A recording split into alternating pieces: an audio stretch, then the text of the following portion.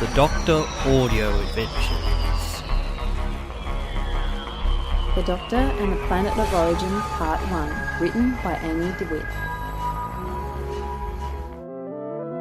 The young man put his phone in his pocket and approached the 1950s photo booth, stepping on an out-of-order sign as he pushed open the cabinet-like door. Inside was a huge half-dome-shaped room that had a white base and a brightly lit creamy cross and diamond pattern on its walls. In the middle of the room was a hexagonal-based control console. In its centre was a cylindrical glass tube that rose up into the ceiling. This housed more than a dozen rotor couplings, which were holding long cylindrical lights. Oh, what the flip? To the far side was an old 1920s-style elevator with a criss-crossed metal door. It's flipping huge on the inside. He walked further into the room, suddenly seeing a dried, red, blood-like substance and a pair of legs coming out from underneath. Oh my god, what the flip? Fear set into the young man upon seeing the body, seemingly crushed under the elevator, and he made a run for the door. On his way past, he ran into the side room of the console unit, knocking some of the controls. The centre lights in the middle of the console started to change colour. The elevator lifted up, and the Doctor came out from under it in her repaired French dress. What the heck? Who are you? Didn't you see the out-of-order sign? She looked at the monitor. She moved to where the young man had been and examined the damage. No? I thought you were dead. Why did you think that? That red pool of stuff on the floor, you know? Plus it looked like you were crushed under that flippin' elevator. That's grease. Oh, okay, so you can let me out then. What's the matter with you? You know it won't open like that. Of course it will, it's a flippin' door. We're in the middle of travelling. The door locks and remains closed until we stop. Well, how about stop? Sorry, not happening. Fine, I'll do it. Move out of the way. Don't even think about it. You've already done enough damage. What's that supposed to mean? On your way past, you managed to interfere with the coordination dials that I set before. So now I have no idea where our destination is going to be. Destination? Great. I'm stuck here with a woman who thinks she knows how to flip and fly this thing and has no idea where we're going. Maybe you should just let a man fly. Maybe you should be quiet so I can determine whereabouts our destination is. The Doctor moved the monitor screen around. The writing on the screen kept changing. She could read it, but nothing was making sense. This is so odd. What's odd? The ship is finding it hard to analyse where we're going. This day just keeps getting better. Well, it's about to get better. We may have a bumpy landing coming. The ship rattled violently. They swayed as if they were in an earthquake until it stopped. Well, we have landed. That's always good. She hit several switches, but nothing happened. She viewed the monitor once more. Let's see what we have outside now. Are you talking to me? Nope, I was talking to the ship. Come on, you silly thing. She hit a switch, and the door opened. You're crazy, aren't you? If I was crazy, you would know it. And by the way, this ship doesn't like you very much. This ship has feelings? Of course it does. What do you think it is, a big piece of metal?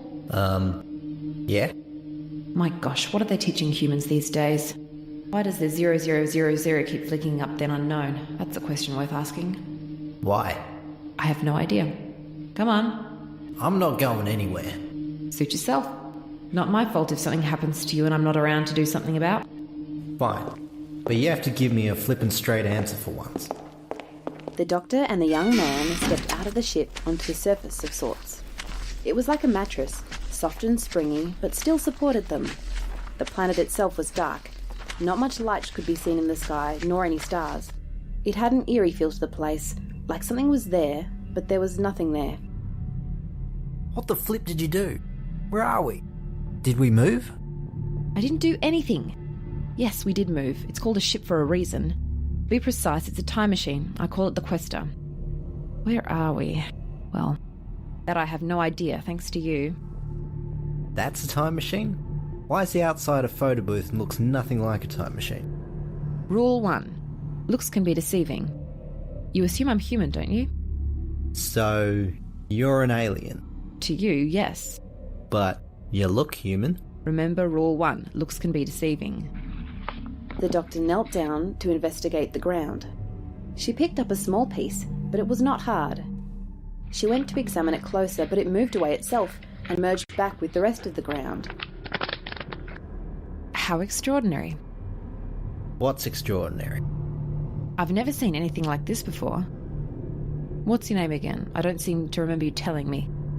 That's because I didn't. Right. I can either call you annoying or you can tell me your name. It's Terry. Terry Fowler. Nice to make your acquaintance, Terry. I'm the doctor. Doctor Who? That's a very good question. Very good question. The two of them turned to a sound that came from behind them. Out of the ship emerged the small robot, IS-Bot. It eyed Terry off and then moved towards the doctor. She reached down and tapped the top of the robot's head. IS-Bot then turned towards Terry in an aggressive way. A red dot appeared on his forehead. Oi! What are you doing? Protecting Mistress. From Terry? Affirmative. Terry's no threat to us. Unidentified human poses a threat to Mistress. He's an acquaintance of sorts. Yes, Mistress. Anyway, Izzy, I need you to do something. Not destroy humanoid. Yes, that too. Can you analyse what we're standing on? Affirmative, Mistress. Scanning now.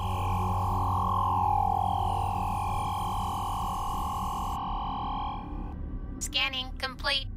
We seem to be standing on some sort of matter. My scanners pick up that it has all the material that makes up the fabric of the known universe. Really? Anything else?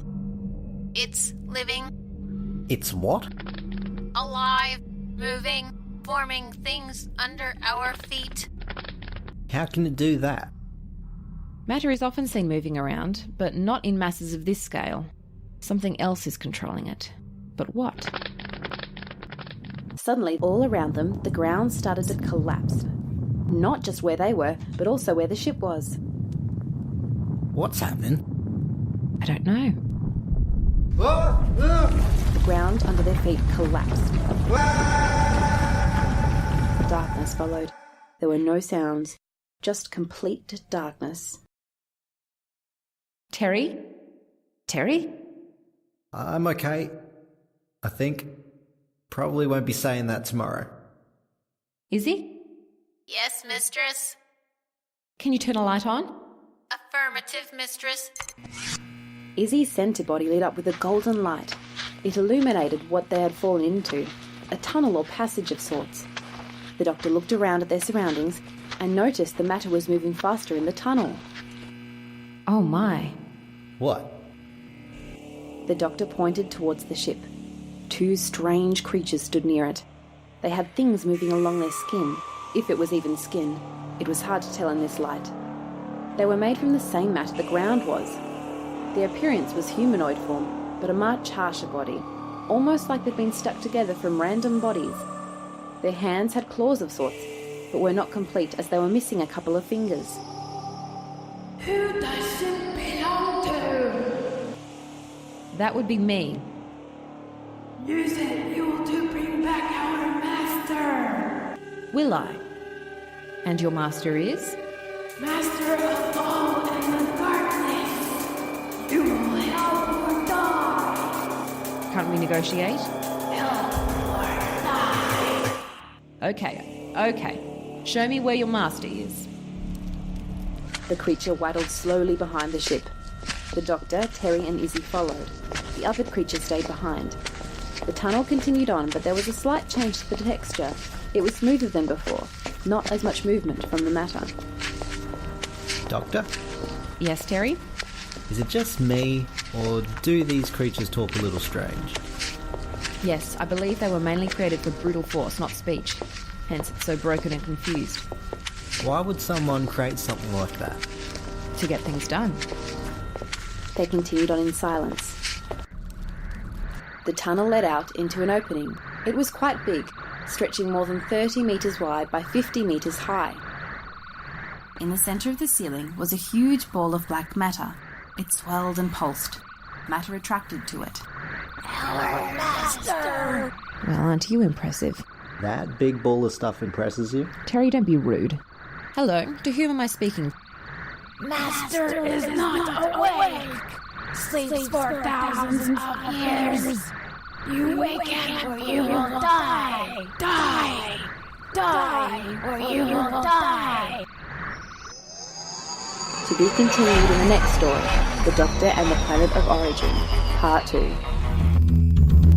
Formed by an all-volunteer cast featuring Rowena Dinsmore, Brooke Maloney, Michael Rutter, Roy Scale, Bill Carney, Adam Brooks, John Brooks. Edited by Adam Brooks, Carolyn Rutter, and Trevor Sneed. Visit thedoctoraudioadventures.wordpress.com for full sound effects, credits, artwork and more. City Park Radio, The Doctor Audio Adventures, 2016.